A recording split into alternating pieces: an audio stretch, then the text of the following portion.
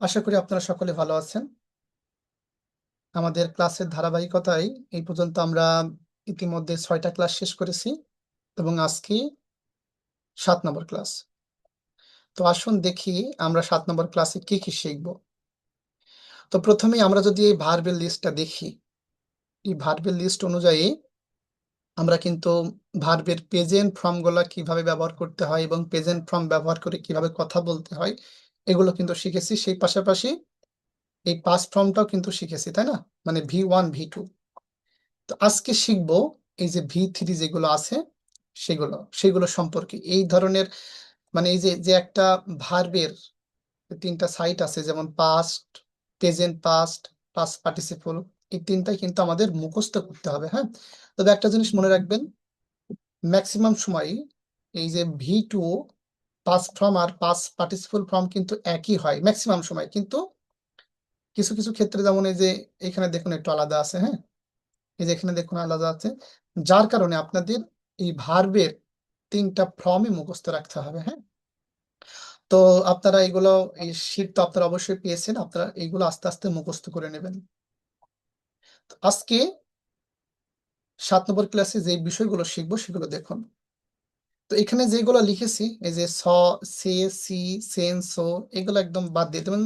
মানে এগুলো কোনো মুখস্থ করার কোনো প্রয়োজন নেই, বা ক্লাসে যে স্ট্রাকচার গুলো দেখানো হয় স্ট্রাকচার গুলো মুখস্থ করার কোনো প্রয়োজন নেই। আমি এগুলো কেন ব্যবহার করি সেগুলো আপনারা জানেন, শুধুমাত্র আপনাদের বোঝানোর ক্ষেত্রে, বোঝানোর সুবিধার্থে। আচ্ছা, তো আজকে যে মূলত ক্লাস সেটা হচ্ছে, দেখুন যে যখন বাংলা বাক্যের শেষে যদি সে, সি, সেন, সো থাকে। আচ্ছা, আমরা একটু উদাহরণ দেখি তাহলে সব থেকে বেশি ভালো হবে। হ্যাঁ, উদাহরণগুলো দেখতে ভালো হবে। ম্যাক্সিমাম বাক্যে তো এই বাংলা বাক্যের শেষে সে, সি, সেন, সো থাকেই, তাই না? তো উদাহরণগুলো দেখি, যেমন এই যে সে আমাকে মেরেছে, সে। তারপরে আমি জিজ্ঞাসা করেছি, সি। তারা এখানে এসেছেন, সেন। তুমি আমার বাড়িতে এসেছো, সো। ঠিক আছে, এই ধরনের বাক্যগুলো। তো যখন এই ধরনের বাক্য থেকে আমরা ইংরেজিতে ট্রান্সলেট করব, তখন ইংরেজিতে আমরা হ্যাভ এবং হ্যাজ ব্যবহার করব, এবং তারপরে হ্যাভ হ্যাজের পরে একটি ভার্ব ব্যবহার করতে হবে, এবং সেই ভার্বের থার্ড ফর্মটি ব্যবহার করতে হবে। মানে কি, এই ফর্মগুলো ব্যবহার করতে হবে। হ্যাঁ, পাস্ট পার্টিসিপল ফর্মগুলো ব্যবহার করতে হবে। তবে একটা জিনিস সবসময় মনে রাখবেন, যখনই আপনি হ্যাভ বা হ্যাজ ব্যবহার করেন না কেন, এই হ্যাভ হ্যাজের পরে সবসময় কিন্তু থার্ড পার্সনই বসে, বা দুঃখিত, মানে ভার্বের থার্ড ফর্মটাই বসে। এই হ্যাভ হ্যাজ এর পরে কখনো V1 বা V2 বসবে না, এটা মনে রাখবেন। সবসময় V3 বসবে, ঠিক আছে? আচ্ছা, তাহলে আমরা যদি একটু স্ট্রাকচার দেখি, যে subject plus have has plus V3, অবজেক্টে যদি কোনো কিছু থাকে তখন সেটা আমরা অ্যাড করে দিতে পারবো। এটা হচ্ছে মূলত স্ট্রাকচার। তো এখন বিষয়টা হচ্ছে, কোথায় হ্যাভ বসবে, কোথায় হ্যাজ বসবে, এটা আমাদের বুঝতে হবে। তো ওই যে আই, উই, ইউ, দে, এগুলোর ক্ষেত্রে আমরা হ্যাভ ব্যবহার করব। আর হ্যাজ কোথায়? যখন থার্ড পার্সন সিঙ্গুলার হবে। ঠিক আছে, যেমন হি, সি, ইট, রহিম, করিম, এগুলোর ক্ষেত্রে আমরা হ্যাজ ব্যবহার করব। তো পূর্বের ক্লাসের মতোই আমরা যে কাজটি করি, আমরা ইংরেজির 4 সাইড শিখছি, তাই না? আচ্ছা, মনে হয় কেউ একজন কোশ্চেন করছেন। হ্যাঁ, একটু ইন্টারনেট ইস্যু যদিও। আমার ইন্টারনেট ইস্যু, আমার কথা কি আপনারা ক্লিয়ার শুনতে পাচ্ছেন না? একটু আনমিউট করতে পারেন আপনারা। ভাই আটকে যাচ্ছে, আমারও হতে পারে। আচ্ছা, বাদ বাকি আপনারা কি কোনো আমার আমার এখান থেকে ইন্টারনেট সমস্যা ফেস করছেন আপনারা কেউ? না ভাইয়া, ফ্রি ও, আছি। আচ্ছা আচ্ছা, হয়তো বা রিয়াজ ভাই স্ক্রিনটা একটু লেটে আসতেছে আমাদের। ও, আচ্ছা, জানি না কেন, হয়তো বা আমার ইন্টারনেটে সমস্যা থাকতে পারে। সমস্যা না, আমি রেকর্ড চলছে, তো রেকর্ড গুলো ঠিক আছে। আচ্ছা, আপনারা এবার এখানে একটু খেয়াল করুন।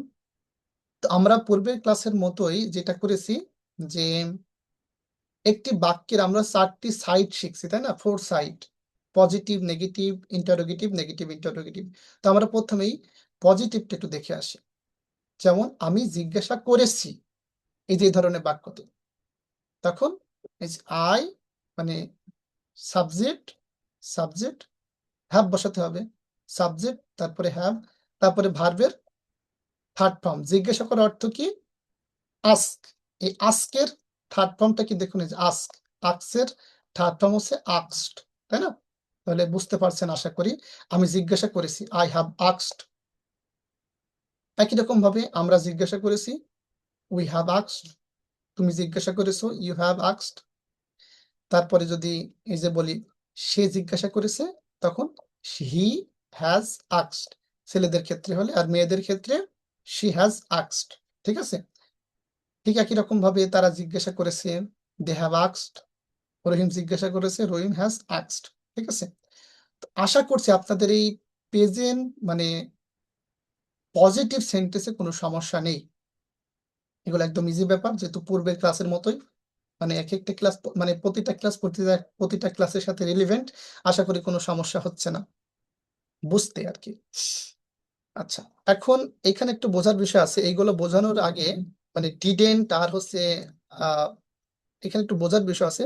ওইটা বোঝার আগে আমি জাস্ট এইটা নেগেটিভ একটু দেখি, মানে এই যে পজিটিভ বাক্যগুলো শিখলাম, এই পজিটিভের নেগেটিভ একটু আমরা দেখে আসি, তারপর এখানে বিস্তারিত আরো বুঝবো আর কি।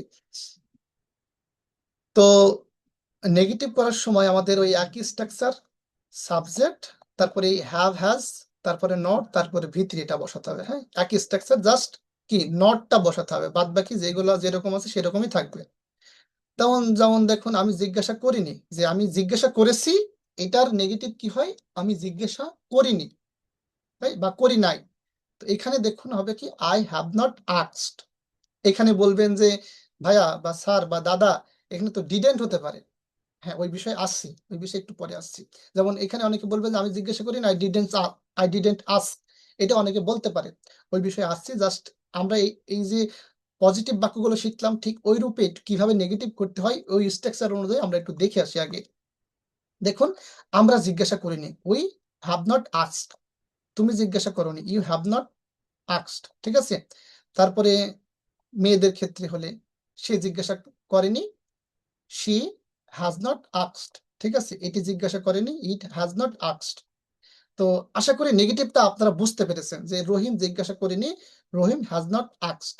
তবে এই ক্ষেত্রে বলবেন যে এখানে তো এটাও হয় যে রহিম ডিডেন্ট আস্ক, তো আমি ওই বিষয়ে বলতে যাচ্ছি। আচ্ছা, তো দেখুন এবার যে গত ক্লাসে আমরা একটা বিষয় শিখেছিলাম, সেটা হলো ওই যে আমি জিজ্ঞাসা করেছিলাম, ধরেন এই ধরনের তো বাক্য শিখেছিলাম, তাই না? আমি জিজ্ঞাসা করেছিলাম, তো এটার ইংরেজি কি হয়? I asked. তো এটার যদি নেগেটিভ করি তাহলে কি হয়? আমি জিজ্ঞাসা করেছিলাম না, তাহলে আমি জিজ্ঞাসা করেছিলাম না, তো এটার ইংরেজি হয় আই ডিডেন্ট আস্ক, তাই না? এখন বিষয় হলো, দেখুন যে আমি জিজ্ঞাসা করেছিলাম না, আমি জিজ্ঞাসা করেছিলাম না, তো এটার ইংরেজি হচ্ছে আই ডিডেন্ট আস্ক, তাই না? আর আমি জিজ্ঞাসা করিনি, এখন এই দুইটা বাক্য বুঝুন, আমি জিজ্ঞাসা করেছিলাম না আর আমি জিজ্ঞাসা করিনি বা করি নাই, এর মধ্যে কি কোনো পার্থক্য আছে? আমি জিজ্ঞাসা করেছিলাম না, আমি জিজ্ঞাসা করিনি, এর মধ্যে কিন্তু খুব একটা পার্থক্য নাই, নাই কিন্তু। আচ্ছা, এখন দেখুন, যখন বলছি যে আমি জিজ্ঞাসা করিনি, মানে এই স্ট্রাকচার অনুযায়ী, মানে যে পজিটিভ বাক্যগুলো শিখলাম, তাই না? পজিটিভ বাক্যগুলো শিখলাম, তো এই স্ট্রাকচার অনুযায়ী যদি আমরা নেগেটিভ করি, আমি জিজ্ঞাসা করিনি, তখন কি হচ্ছে? আই হ্যাভ নট আস্কড, তাই না? তো এখানে কি আমরা আই ডিডেন্ট আস্ক ব্যবহার করতে পারবো না? অবশ্যই পারবো। মানে এই যে এইখানে যদি লিখি আমি জিজ্ঞাসা করিনি, এটাকে আমি আই হ্যাভ নট আস্কড বলতে পারি। আচ্ছা, এবার আবার কি আই ডিডেন্ট আস্ক এটাও বলতে পারি। এবার কখন কোনটা ব্যবহার করব এটা আমাদের একটু শিখতে হবে। তো এখন একটু টেন্সের বিষয় বলবো, আপনাদের টেন্স মুখস্থ করতে হবে না, আমি কিন্তু আপনাদের টেন্স মুখস্থ করতে বলবো না, বা জাস্ট বোঝানোর ক্ষেত্রে আমি একটু আপনাদের উদাহরণস্বরূপ দিচ্ছি আর কি। তো আই ডিডেন্ট আস্ক, এটা হচ্ছে পাস্ট ইনডিফিনাইট টেন্স। ঠিক আছে? তো যেমন আমি জিজ্ঞাসা করিনি, আই ডিডেন্ট আস্ক। তো এখানে কাজটি অতীতে হয়নি, শুধু এটাই বলা হয়েছে।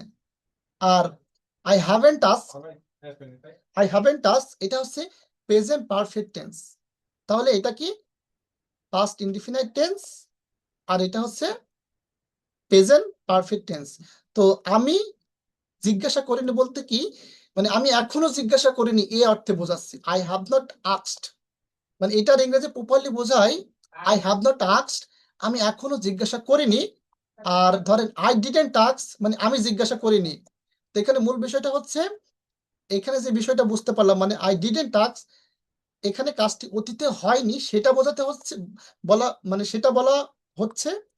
আর এখানে হচ্ছে, এখানে অতীত থেকে এখন পর্যন্ত জিজ্ঞাসা করা হয়নি, বিষয়টি কিছুটা বর্তমানের সাথে সম্পৃক্ত, এইটাই বোঝাতে চেয়েছে। হ্যাঁ, তবে আমরা স্পিকিং এর ক্ষেত্রে দুটাই ব্যবহার করতে, মানে দুটা ব্যবহার করতে পারি, আই হ্যাভ নট আস্কড বা আই ডিডন্ট আস্ক, যেটাই বলবো না কেন সেটাই ব্যবহার করতে পারি। কিন্তু জাস্ট একটু এটা হচ্ছে, মানে এই যে এক্সাম্পল গুলো দেখলে বুঝতে পারবে, মানে আমি এখনো জিজ্ঞাসা করিনি, আর এখানে জাস্ট আমি জিজ্ঞাসা করিনি, এই হচ্ছে পার্থক্য আর কি। ঠিক আছে, আশা করি এখানে আপনাদের আর কোনো সমস্যা নেই। তারপর আমরা একটু আরেকটু পার্থক্য দেখে আসি। যেমন আই ডিডন্ট আস্ক, আমি জিজ্ঞাসা করিনি, উত্তর একটি নির্দিষ্ট ঘটনা। আর আই হ্যাভেন্ট আস্ক বা আই হ্যাভ নট আস্ক, আমি এখনো জিজ্ঞাসা করিনি, মানে এখন পর্যন্ত করিনি, এটা বোঝাচ্ছে আর কি। তো আরো কিছু উদাহরণ দেখুন, যে গতকাল আমি তাকে জিজ্ঞাসা করিনি, I didn't ask him yesterday, ডিডন্টও ব্যবহার করতে পারি।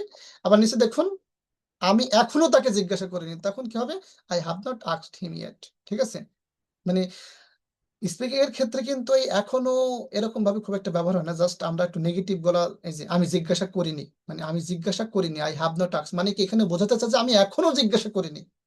আমরা জিজ্ঞাসা করিনি মানে কি, উই হ্যাভ নট আস্কড মানে কি, আমরা এখনো জিজ্ঞাসা করিনি, এই অর্থে ব্যবহৃত হচ্ছে। ঠিক আছে, দুইটা ব্যবহার করতে পারবেন, আই ডিডন্ট আস্ক বা আই হ্যাভ নট আস্কড। যখন হ্যাভ ব্যবহার করবেন তখন ভি থ্রি ব্যবহার করবেন, আর ডিড ব্যবহার করলে আপনাকে তখন আর ভি থ্রি ওইখানে মানে ব্যবহার করতে হবে না। আশা করি এইগুলো বুঝতে পেরেছেন। এগুলো কি আপনাদের কোনো সমস্যা আছে? যদি সমস্যা থেকেও থাকে আমাকে একটু বলতে পারেন। আশা করি সমস্যা থাকার কথা না, সেরকম ভাবেই বোঝানো হচ্ছে। তারপরে আপনার ক্লাসটা দেখবেন, কারো কোশ্চেন থাকলে করতে পারেন। আমি যদি কোশ্চেন থাকে তাহলে এই বিষয়টা আরো একটু ডিপলি বলবো, না হলে আমরা, হ্যাঁ তো কি ভাইয়া বলেন। ওইটা ভাই আমি মেনলি ইংলিশ গ্রামার অতটা জানি না বা আমার ভালো লাগে না করতে, ঠিক আছে। সো আচ্ছা। গ্রামার আমি খুবই কমই বুঝি, বাট আপনার যে কথাটা এখানে বললেন যে মানে এক জায়গায় মানে এই জিনিসটা অনেকে একটু কনফিউজ থাকতে পারে যে দুইটাই তো সেম মিনিং বোঝাচ্ছে, তা আমরা কখন কোনটা ইউজ করতে পারি। সো আমি মানে যেভাবে আর কি কথাবার্তা বলা হয় সেক্ষেত্রে এমন হয় যে আপনি যখন আই ডিডন্ট আস্ক, ঠিক আছে, এটা সিম্পলি আপনি ইউজ করতে পারেন, বাট যখন আপনার সেন্টেন্সের সাথে যখন আই হ্যাভেন্ট আস্ক ওর সাথে আরেকটা সেন্টেন্স থাকবে, যে আপনি এমন বলতে পারেন যে আমি ক্লায়েন্টের সাথে কাজ করতেছিলাম বাট আমি এখনো তাকে সে কোশ্চেন গুলো জিজ্ঞেস করিনি। যে আপনি বলতে পারেন যে উই টক, আমরা একসাথে কথা বলছি but we haven ask the problem. So মনে করেন যখন আপনি হ্যাভেনটা ইউজ করতে যাবেন তখন তার প্রথম দিকে একটা সেন্টেন্স থাকবে যে একসাথে আমরা এই কাজ করছিলাম কিন্তু এই প্রবলেমটা আমি এখন জিজ্ঞেস করা হয়নি। সো অলওয়েজ মানে যখন আপনি হ্যাভেন্ট বা হ্যাজেন্ট ইউজ করবেন তার আগে একটা সেন্টেন্স থাকে আমাদের, যার কারণে আমরা এটা ইউজ করি। যেমন সিম্পল পাস্ট থাকতে পারে, পরে গিয়ে আপনার এটা প্রেজেন্ট হতে পারে। যেমন we work together but I haven't asked the question him yet, এরকম করে বলতে পারেন। বাট যদি আপনি বলতেন যে আমি এখন তাকে কোনো কোশ্চেনই করিনি, I didn't ask him any question, so যখন আপনি হ্যাভেন্টটা ইউজ করতে যাবেন তখন তার আগে একটা সেন্টেন্স থাকবে। আর সিম্পলে যদি আপনি ইউজ করতে চান সেক্ষেত্রে আপনি ডিডন্টটা ইউজ করতে পারেন এরকম। আমি জানি না বুঝাতে থ্যাংক ইউ, পারছি না কিনা। ঠিকই বলছেন আপনি, থ্যাংক ইউ সো মাচ। ওকে। আচ্ছা, তো আশা করি আপনারা বুঝতে পেরেছেন। হ্যাঁ, তখন আমরা হচ্ছে ইন্টারোগেটিভ সেন্টেন্সের দিকে যাই আর কি। আচ্ছা, তো একই রকম পূর্বের ক্লাসগুলো যেভাবে হয়েছে ঠিক এখানেও একই রকম ভাবে ইন্টারোগেটিভ সেন্টেন্সের ক্ষেত্রে হ্যাভ বা হ্যাজ সেটা আগে আনতে হবে, তারপরে সাবজেক্ট, তারপরে ভিতরে। যেমন, আর অবশ্যই ইন্টারোগেটিভ এবং নেগেটিভ ইন্টারোগেটিভ সেন্টেন্সে কখনো এই জিজ্ঞাসা চিহ্ন দিতে ভুলবেন না। তাহলে যদি বলি আমি কি জিজ্ঞাসা করেছি, হ্যাভ আই আস্কড, আমরা কি জিজ্ঞাসা করেছি, হ্যাভ উই আস্কড, উই আমরা, তুমি কি জিজ্ঞাসা করেছো, হ্যাভ ইউ আস্কড, তোমরা কি জিজ্ঞাসা করেছো, এই কি একই ব্যাপার, তুমি তোমরা।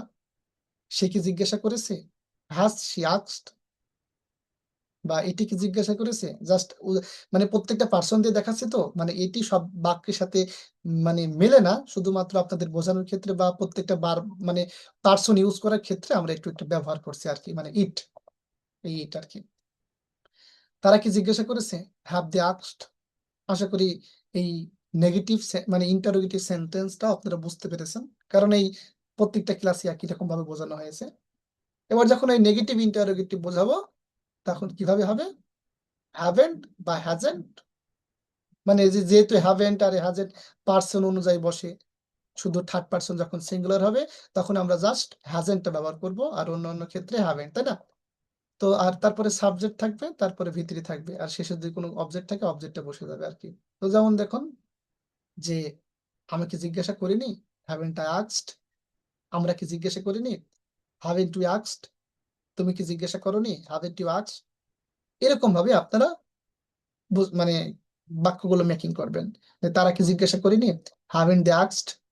রহিম কি জিজ্ঞাসা করিনি, হাজেন্ট, দুঃখিত, করিম কি জিজ্ঞাসা করিনি, হাজেন্ট করিম আস্কড। ঠিক আছে, এরকম ভাবে। তো প্রতিদিনের মতো একই ব্যাপার, যে বিষয়টা বলতে চাচ্ছি যে যেহেতু বাঙালিদের কাছে ইংরেজি নতুন একটা ভাষা, আমরা বাংলা যেভাবে শিখেছি মায়ের কাছ থেকে, ইংরেজি শেখার সেরকম এনভায়রনমেন্ট আমাদের নাই। তো এটা শেখার জন্য প্রথমে আপনাদের ওয়ার্ড শিখতে হয়, মানে কিছু কিছু ওয়ার্ড জানতে হয়, ওয়ার্ড থেকে বাক্য মেকিং, এবং আস্তে আস্তে ভিডিও মেকিং এর সাথে সাথে আপনাকে বা হচ্ছে প্র্যাকটিস উইথ ভার বা ডিল মেকিং, এইভাবে প্র্যাকটিস করতে করতে অটোমেটিকলি এইগুলো আপনার ঠোঁটের আগায় চলে আসবে। আর যখনই ঠোঁটের আগে আসবে তখনই আপনি আস্তে আস্তে কথা বলতে পারবেন। কিন্তু আপনি এগুলো যদি আয়ত্ত করার চেষ্টা যদি না করেন তাহলে কিন্তু আপনি কথা বলতে মানে পারবেন না। ঠিক আছে। আর আরেকটা বিষয় হচ্ছে